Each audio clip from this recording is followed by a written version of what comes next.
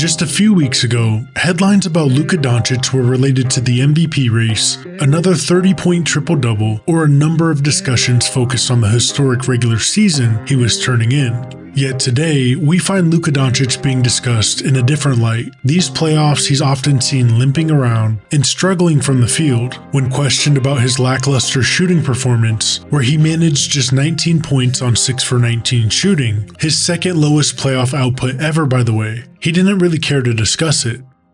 Who cares? We lost, man. We just got to move on to the next one. I got to be better. This is a stark contrast to the player who once consistently outscored all but Michael Jordan in postseason play. The Luka Doncic we witness now seems to bear little resemblance to the formidable scorer and playmaker we've grown accustomed to since his entrance into the league. On Tuesday, the Dallas Mavericks suffered a significant defeat in the opening game of the Western Conference semifinals against the Oklahoma City Thunder. The 117-95 score gap really broke through in the third quarter as the Thunder made impactful adjustments. Under Coach Jason Kidd's leadership, in the span of 3 years, the Mavericks have yet to secure a victory in Game 1, despite ultimately winning 3 out of the 4 series during this tenure. The 5th series started on Tuesday, and the pattern continued.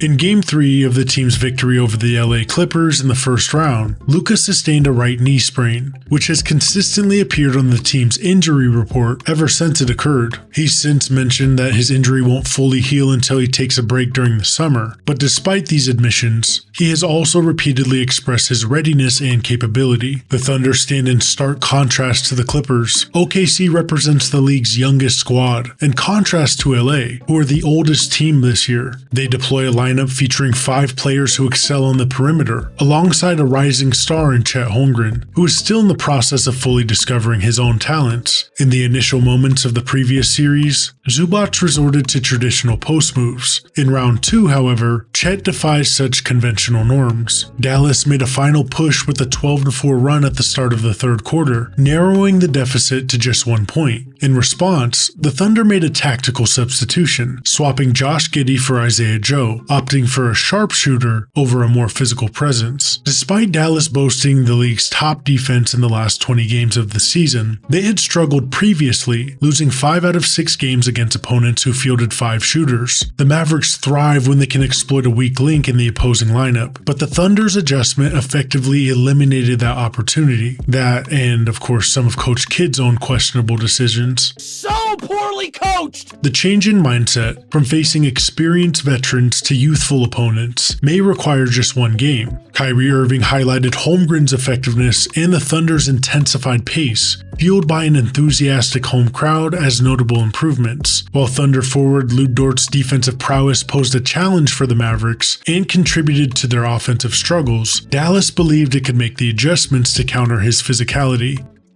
In Game 1, the Mavs managed only 5 dunks and completed just 1 alley-oop, an unconventional play where Derrick Jones Jr. assumed the role of passer, setting up Daniel Gafford. This contrasts with Dallas's typical strategy during the regular season, which the Clippers initially defended before Dallas found success with more dynamic plays. Will the Mavericks be able to replicate this against the Thunder squad, especially with the league's Coach of the Year devising strategies to limit easy scoring opportunities? As soon as Isaiah Joe entered the game in the third quarter, the Thunder seized control and swiftly pulled ahead. By the middle of the fourth quarter, facing a 22-point deficit, Coach Kidd admitted defeat by sending in players from the end of the bench. A little early if you ask me.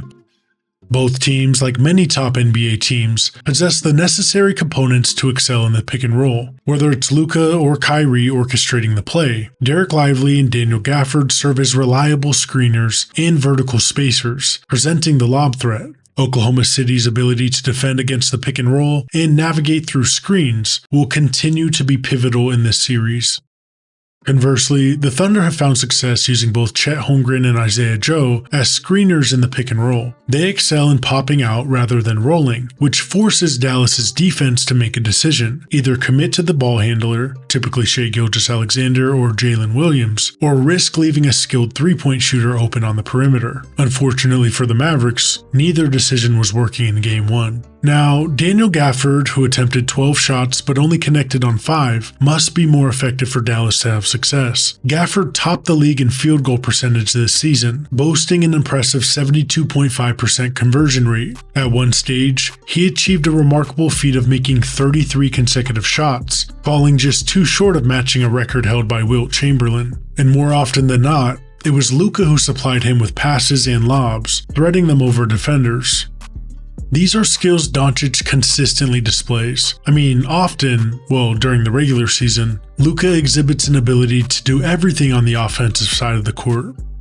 What's concerning for the Mavs, and what no tactical adjustment in this series can rectify, is the apparent limitation he's facing due to factors probably beyond his control. One of, if not the greatest aspect of his game that has been struggling, is his three-point shooting. The NBA's leading scorer's field goal percentage for the postseason has dropped below 40%, and in Game 1, he went 1 for 8 from three-point range, contributing to Luka's 22.7% shooting from beyond the arc in these playoffs. This includes a dismal 5 of 35 performance over the past 4 games, marking the lowest percentage at 14.3 over a 4-game stretch with at least 30 attempts in NBA postseason history.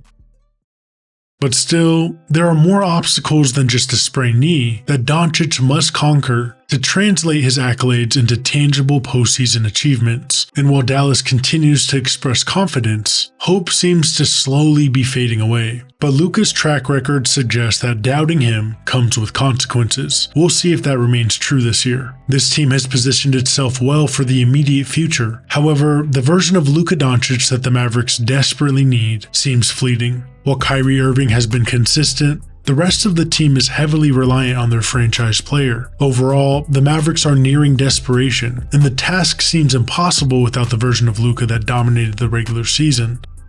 But even with Luka's injury, the Thunder deserve great credit. They are the 1 seed for good reason. SGA continued his dominance, hosting 29 points, 9 rebounds, and 9 assists in Game 1. In the playoffs, Oklahoma City has been exceptionally stingy on defense, conceding only 90.6 points per game, the lowest figure by any team since the 2016 San Antonio Spurs. The defensive effort is spearheaded by Lou Dort and Chet Holmgren, who showcased his defensive prowess with 3 blocks and limited the Mavericks to a mere 5 of 15 shooting on contested shots.